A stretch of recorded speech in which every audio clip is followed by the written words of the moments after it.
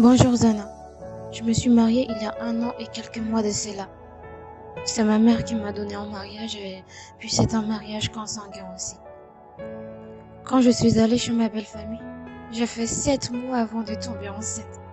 Au 8e mois, je suis enfin tombée enceinte. Dans ce même 8e mois, mon mari m'a accusée d'avoir pris des médicaments pour ne pas tomber enceinte, alors que j'étais déjà enceinte sans qu'il le sache en fait. N'importe où que je pars, j'entends des rumeurs sur cela, mais je n'ai jamais rien dit. Quelques jours après toutes ces accusations, toutes ces humiliations, j'ai demandé à aller faire un test à l'hôpital et ça a été positif. Au début, j'avais vraiment peur que je me sois trompée. Je ne voulais plus faire face à tous ces regards et moqueries. Donc, quand j'ai vu que c'était positif, j'étais tellement, mais tellement heureuse. Je voyais ma vie changer du tout au tout et au positif. Mais malgré que j'étais enceinte, cela n'a pas empêché mon mari de me maltraiter. Il ne s'occupait même pas de moi. Il s'en foutait complètement de moi et de mon bébé. Il ne me donnait même pas d'argent pour mon petit déjeuner. Alors que c'était maintenant plus que jamais que j'avais besoin de mon mari, que j'avais besoin d'amour, d'attention, tout ce dont une jeune femme passe sa vie à rêver pour le jour où elle sera enfin enceinte. Mais bon, ces jours-là, je su que le rêve et la réalité sont deux choses différentes.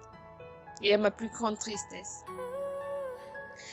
Je voulais tellement qu'il vive avec moi toute la grossesse, qu'il vienne avec moi faire les échographies, qu'il entende les battements de cœur de notre bébé, qu'il le voit à travers cette petite télé que j'admirais à chacun de mes rendez-vous, qu'il saute de joie en connaissant enfin le sexe de ces petits êtres qui grandissaient dans mon ventre.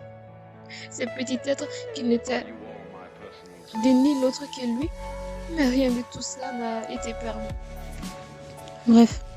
À 7 mois de grossesse, il m'a envoyé chez mes parents pour que j'accouche là-bas.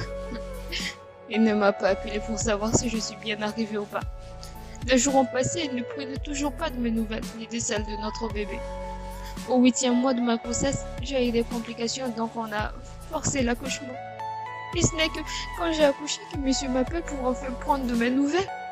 Il a envoyé de l'argent à ma mère pour le baptême et il a dit à ma mère qu'il voulait que son enfant soit nommé Alassane. Je n'arrivais pas à croire que le baptême de mon bébé serait chez mes parents et non chez mon mari.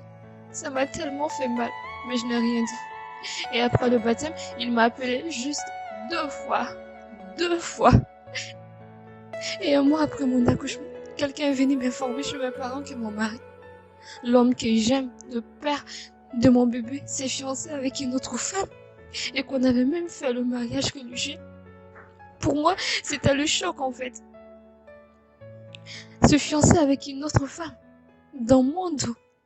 Toute cette négligence envers moi alors, envers son propre enfant. C'était donc pour ça alors? J'y croyais pas. Ça faisait tellement mal que, même après tout ce temps, je ne peux m'empêcher de pleurer en y repensant. Le mariage civil a été fait le 23 janvier et il ne m'a pas informé jusqu'à présent. Et tu sais ce qui est le plus pire dans tout ça, Zana?